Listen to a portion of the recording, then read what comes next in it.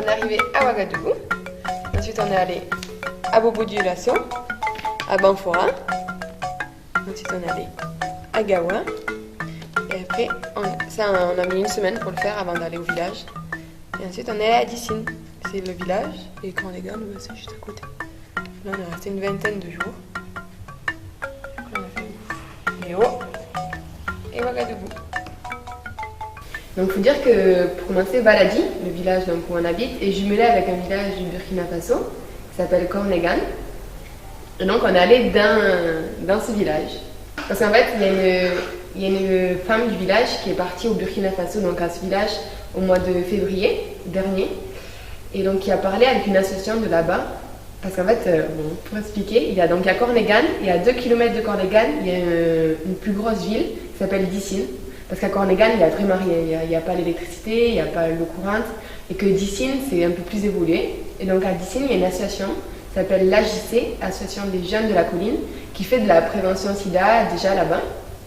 Et donc cette dame, comme je disais tout à l'heure, qui est allée au Burkina Faso au mois de février, a parlé avec les membres de cette assoce. Et ils leur ont dit que là-bas, il y avait un réel problème, que les jeunes filles de 12-13 ans étaient tombées enceintes parce qu'elles se mettaient en colocation comme elles allaient au collège. Et elles ne pouvaient pas rentrer chez elles le soir, donc elles faisaient des colocs et avec 8-10, des filles et des hommes mélangés. Et donc à 12 ans, elles se retrouvaient enceintes. Et donc elles nous exposent ce problème-là. Et en gros, c'était faites quelque chose avec ça. Donc nous, c'était un peu compliqué pour nous. On s'est dit, bon, là-bas, qu'est-ce qu'on peut faire?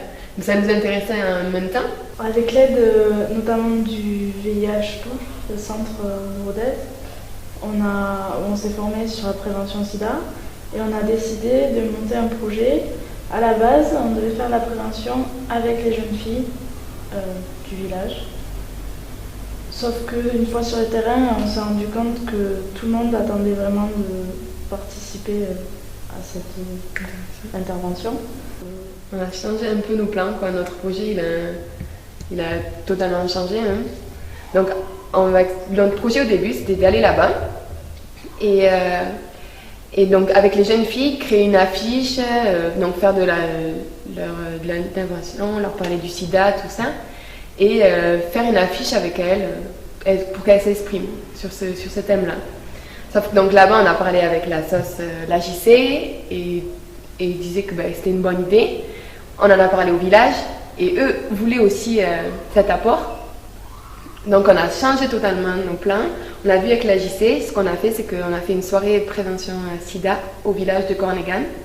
Au début, on voulait faire à Dissine, mais sauf que Kornegan voulait vraiment que ce soit dans leur village pour que ce soit vraiment à eux. Comme ils n'ont jamais eu ça, c'est tout nouveau, ils n'avaient jamais eu d'intervention et donc ils avaient besoin de toutes les informations. Et donc on a fait une soirée avec l'association des jeunes de la colline qui nous ont aidés. Heureusement qu'ils étaient là parce que beaucoup parlaient le Dagara, donc la langue locale. Donc c'était compliqué pour s'exprimer, donc eux ils faisaient la traduction.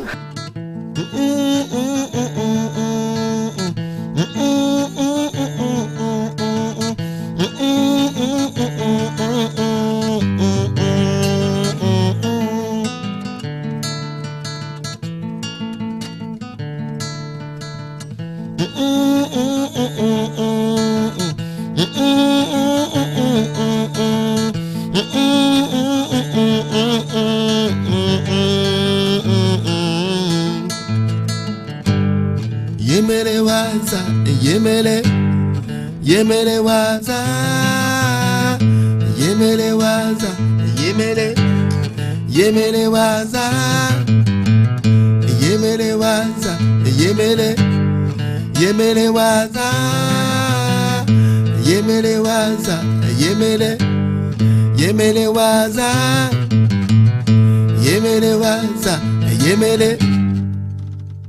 On avait notre projet, c'était tout cadré, on va faire ci, ça, nuit, tac, ça va être facile. Arriver là-bas, c'était complètement différent, quoi, parce que déjà, par exemple, on donne rendez-vous à 17h, mais tout le monde était là à 19h.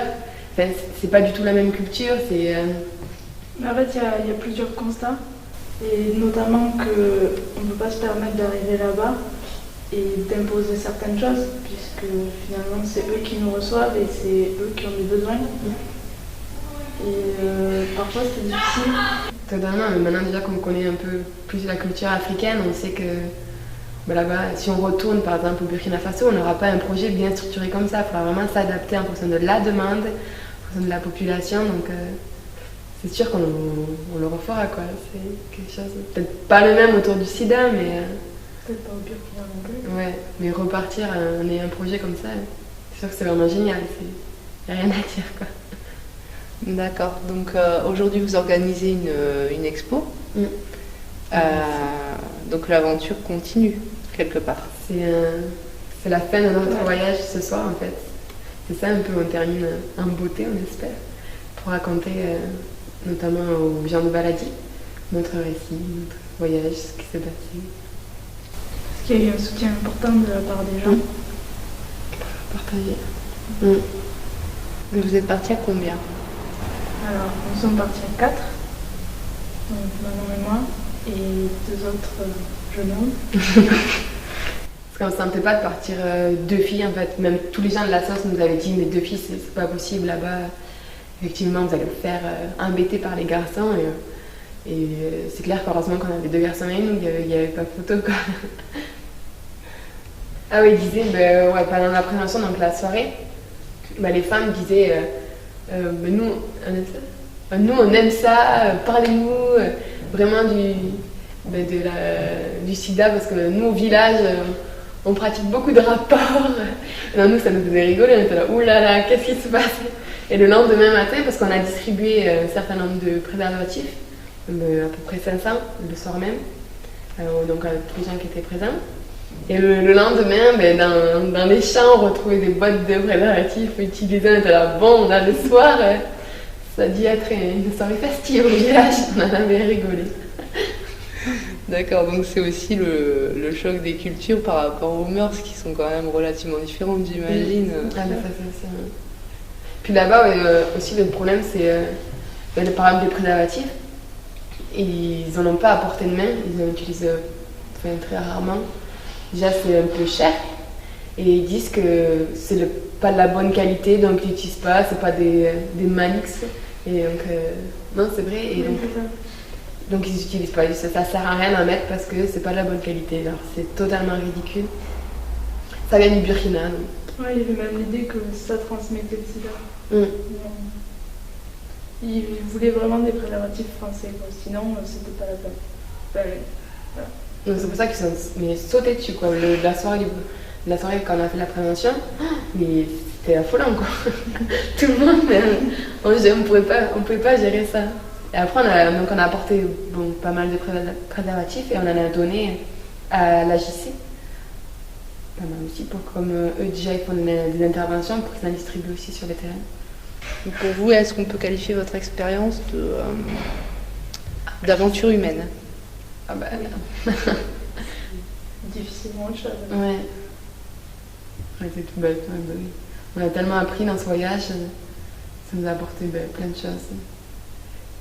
C'était super. Vraiment, génial. Le projet Agir, c'était beaucoup plus officiel. Parce qu'il fallait monter un dossier, ça nous a permis de réfléchir beaucoup plus. Alors que la mairie, étant donné que c'est une petite mairie qui nous connaissent, c'était quand même beaucoup plus facile et on nous a demandé moins de... Puis c'était surtout la mairie et l'association, c'était pour nous soutenir dans notre voyage, c'était pas forcément nous soutenir pour un projet.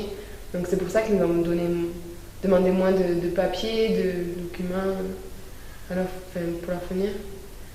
Qu'Agir, ils voulaient vraiment un projet quoi, derrière, et que non, le reste, non. Agir, c'était vraiment le projet, et du coup, c'est ce qui nous a permis de structurer, de le faire progresser. Oui, c'est sûr. Parce qu'ils aident vraiment dans toutes les démarches, à construire le projet, à y voir plus clair. Oui, ça c'est sûr.